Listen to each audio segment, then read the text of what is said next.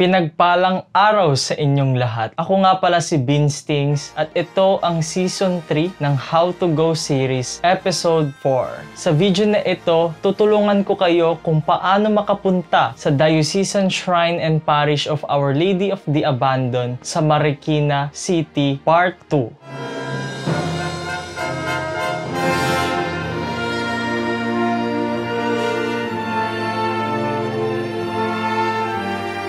Maraming salamat sa pag-click nyo sa video na ito para matulungan ko kayo kung paano makapunta sa simbahan ng Ola Marikina. Ang travel direction na ito ay commute ang gagamitin dahil ang mode of transportation natin ay public transportation. As much as possible, gagawin kong clear ang instructions para madali nyong sundan kung paano makapunta sa simbahan ng Ola Marikina. At syempre, kahit saan ka nakatira ay pwede mong sundan ang travel direction na ito. Dahil kapag meron akong nabanggit na lugar na alam nyo kung paano makapunta rito, ay pwede nyo nang sundan ang travel direction na ito. At paalala ko lang, ang mga mababanggit kong pamasahe ay base lang sa kasalukuyang pamasahe ngayon, kung kailan ko ina-upload ang video na ito. Kaya kapag merong fare hike na mangyayari sa Pilipinas, mag-a-adjust ang pamasahe natin. At ngayon, ating alamin na ang directions kung paano makapunta sa Ola Marikina.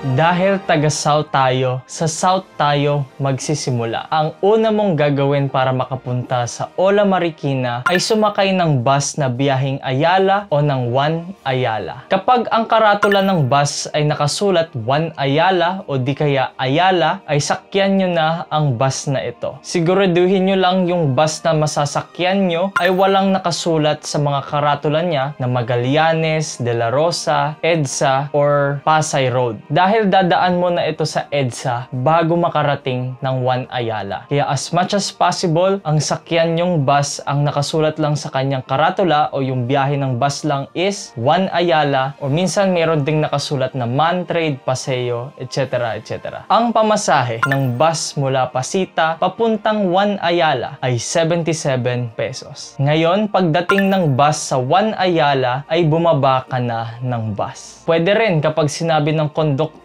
na One Ayala na, bumaba ka na ng bus. Ang ikalawa mo namang gagawin, mula One Ayala, kailangan nating pumunta ng MRT3 Ayala Station dahil pupunta tayo sa MRT3 Araneta Cubao Station. So pagbaba mo ng bus ay hanapin mo lang yung nearest entrance papuntang mall. Lahat ng entrance na ito ay may escalator pataas dahil ang mall ay nasa second floor. Pag akyat nyo sa One Ayala, lumabas lang kayo ng One Ayala Mall. Dahil ang MRT3 Ayala Station ay nasa labas ng mall. Kaya exit lang kayo sa mall at dumiretso na kayo sa MRT3 Ayala Station. Pagdating mo sa MRT3 Ayala Station ay bumili ka lang ng ticket papuntang MRT3 Araneta Cubao Station. Ang pamasahe mula MRT3 Ayala Station papuntang MRT3 Araneta Cubao Station ay 20 pesos. Ngayon, nakabili ka na ng ticket. Pagpasok mo sa MRT3 Ayala Station ay kumaliwa ka papunta sa escalator. Tandaan natin na pa northbound ang biyahe na pupuntahan natin. Kaya pag kaliwa mo, baba ka lang ng escalator at pag naabot mo na yung dulo ng escalator ay kumanan ka para makapunta ka sa platform o sa sakayan ng MRT3 Ayala Station. Para sa mga first time mag-MRT3, tandaan natin ang northbound is North Avenue. Basta yung mga papuntang North Avenue, yun yung northbound. Dahil ang Ayala ay nasa south at ang MRT3 Araneta Cubao ay nasa north, kaya pa northbound ang ating biyahe. Pagdating ng tren sa MRT3 Ayala Station ay sakyan lang ito. Hintayin makarating ng MRT3 Araneta Cubao Station. At ngayon, pagdating mo sa MRT3 Araneta Cubao Station ay bumaba ka na ng tren at mag-exit ka lang sa estasyon ng MRT3. Ang ikatlo mo namang namang gagawin, mula MRT3 Araneta Cubao Station, kailangan nating pumunta sa harapan ng Gateway Mall. Para makapunta rito, gamitin lang natin ang ruta papuntang LRT2 Araneta Cubao Station. Paglabas mo ng MRT3 Araneta Cubao Station ay kumaliwa ka. Pagkaliwa mo ay meron kang makikitang entrance ng mall. Ang mall na ito ay Araneta City Mall. Ang ruta na gagamitin mo para makapunta sa harapan ng Gateway Mall ay ang ruta rin kung paano lumipat from MRT3 to LRT2. Kaya naman, gamitin nyo lang yung directories o yung mga signage na nakadikit sa mga pader o nakadikit sa ceiling para makapunta sa harapan ng Gateway Mall. Pero take note, hindi tayo sasakay ng LRT2. Gagamitin lang natin yung ruta na papuntang LRT2 para makapunta sa harapan ng Gateway Mall. Again, hindi tayo mag-LRT2. So, pagpasok mo sa mall na ito, ay lumabas ka rin. Paglabas mo ng mall, ay pumunta ka lang sa harapan ng kalsada at mag-abang lang ng jeep.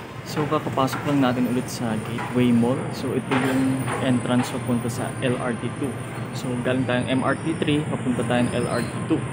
Pero hindi tayo mag-LRT2. Ginamit lang natin yung pathway nito para makalabas dito.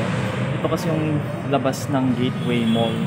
Tapos sa harap niyan may mga jeepney na bumabiyahe papuntang Kalumpang Bayan. Kaya labas lang kayo dito, pagkatapos mag-abang lang kayo sa harap, dito yung sa may gilid. At mag-abang kayo ng jeep na biyaheng Kalumpang Bayan. Ang ika-apat mo namang gagawin, mula sa Gateway Mall ay sumakay ka ng jeep na biyaheng Kalumpang Bayan para makapunta sa simbahan. Pero meron din tayong ruta kapag walang masyadong Kalumpang Bayan na jeep. Dahil ang Kalumpang Bayan na jeep ay medyo madalang sa Araneta Cubao. Actually, based sa experience ko, medyo madalang talaga ang mga bumabiyaheng Kalumpang Bayan sa Cubao sa may Gateway Mall. Pero one time, nakatsempo tayo ng jeep na biyaheng Kalumpang Bayan. Kaya dito muna tayo magfo-focus sa directions na ito. So sa video na ito, nakahanap tayo ng jeep na bumabiyahe ng Kalumpang Bayan. Kapag ang karatula ng jeep ay nakasulat Kalumpang Bayan, sakyan nyo na ang jeep na ito. Ang pamasahe mula Cubao papuntang Marikina Bayan o sa simbahan ay 20 pesos. Ito ang pinakamadaling biyahe dahil dadaan mismo ito sa gilid ng simbahan. Para malaman mo na malapit ka na sa simbahan, kapag meron itong nadaanang tulay sa pagitan ng Marikina River. Mahabang tulay ito. At pagdating ng jeep sa dulo ng tulay, ay kakanan to sa JP Rizal. Pagkakanan nito sa JP Rizal ay isang diretso lang ito. Ngayon, para malaman mo na bababa ka na, kapag meron ka nang nakitang building ng auto sa iyong kanan at sa kaliwa naman ay makikita mo ang gilid ng simbahan. Kapag nakita nyo ito, ay bumaba ka na ng jeep. Pagbaba mo ng jeep ay tawid ka lang gamit ang pedestrian lane at makapupunta ka na sa Diocesan Shrine and Parish of Our Lady of the Abandon sa Marikina City. So ganun para makapunta sa simbahan ng Ola Marikina pero sa biyaheng Kalumpang Bayan na jeep mula Cubao. Ngayon, ituturo ko naman sa inyo kung paano makapunta sa simbahan ng Ola Marikina pero walang nabiyaheng Kalumpang Bayan sa Cubao. Ganito yan. Sumakay ka ng jeep na biyaheng Marikina Bayan sa harapan ng Gateway Mall. Ang pamasahe ng jeep mula Cubao papuntang Marikina Bayan ay 17 pesos. Ngayon, same naman sila ng ruta pero bababa ka lang sa may bayan. Pagdating sa tulay sa pagitan ng Marikina River, yung mahabang tulay na sinabi ko kanina kung saan kumanan yung biyaheng Kalumpang Bayan, dediretso kasi ang jeep na ito which is out of way. Kaya naman pagdating sa dulo ng tulay ay pumara na kayo sa jeepney driver. Sabihin nyo lang sa may kanto lang kayo o sa babaan lang. Ngayon, pagbaba mo ng jeep ay maglakad ka lang papuntang 7-Eleven ng JP Rizal. Paglakad mo ng diretsyo ay tumawid ka lang sa kabilang kalsada at mag-abang ng jeepney na biyaheng Kalumpang Bayan. Dito naman sa JP Rizal, sure na laging merong nadaan na biyaheng Kalumpang Bayan. Kaya mag-abang ka lang ng jeep doon at sumakay ka sa jeep na iyon. Ang pamasahe mula Marikina Bayan papuntang simbahan ng Ola ay 13 pesos minimum fare lang. At ganun din, same sa nabanggit ko kanina, para malaman mo na bababa ka na ng jeep ay kapag meron ka nang nakita sa iyong kanan na building ng auto at sa kaliwa naman ay yung gilid ng simbahan ng Ola Marikina ay bumaba ka na ng jeep. So ngayon, kakababa lang natin ng jeep galing Cubao. Pagkatapos ito yung kalsadang pinanggalingan niya. So pag ganun yung jeep na sinakyan nyo. Ngayon, makikita nyo tong museum na ito. Pagkatapos sa inyong kaliwa, ito na actually yung Diocesan Shrine and Parish of Our Lady of the Abandoned. Kaya kapag nakita nyo na yung area niya na ito, basta makikita nyo naman sa Captain Moy Street. Ayan nga, ito. Pagbaba niya lang po kayo rito sa may tawiran, yan, sa may pedestrian. Pagkatapos, nasa simbahan na kayo ng Diocesan Shrine and Parish of Our Lady of the Abandoned. Pagbaba mo ng jeep, tawid ka lang gamit ang pedestrian lane at makapupunta ka na sa Diocesan Shrine and Parish of Our Lady of the Abandoned sa Marikina City. Ganun lang kadali para makapunta sa Diocesan Shrine and Parish of Our Lady of the Abandoned.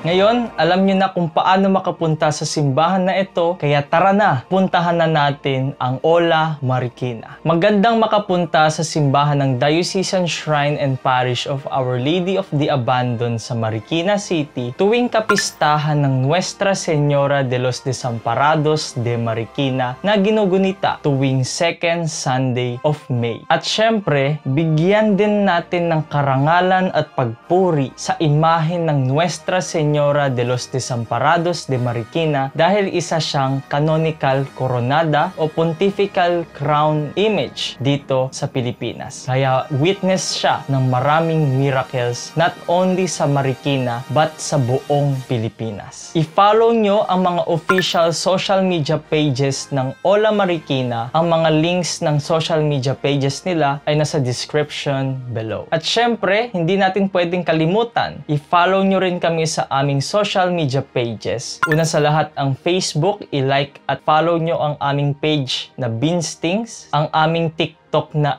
@Beanstings, i-follow nyo kami roon. I-follow nyo rin kami sa aming Instagram account na _Beanstings at syempre, mag-subscribe na rin kayo sa aming YouTube channel na Beanstings. Muli, maraming salamat sa panonood nyo sa video na ito at sana ang travel guide na ito ay maging daan para makapunta kayo sa Diocesan Shrine and Parish of Our Lady of the Abandoned sa Marikina City. Have a blessed trip everyone and God bless. Viva la Virgen! Viva!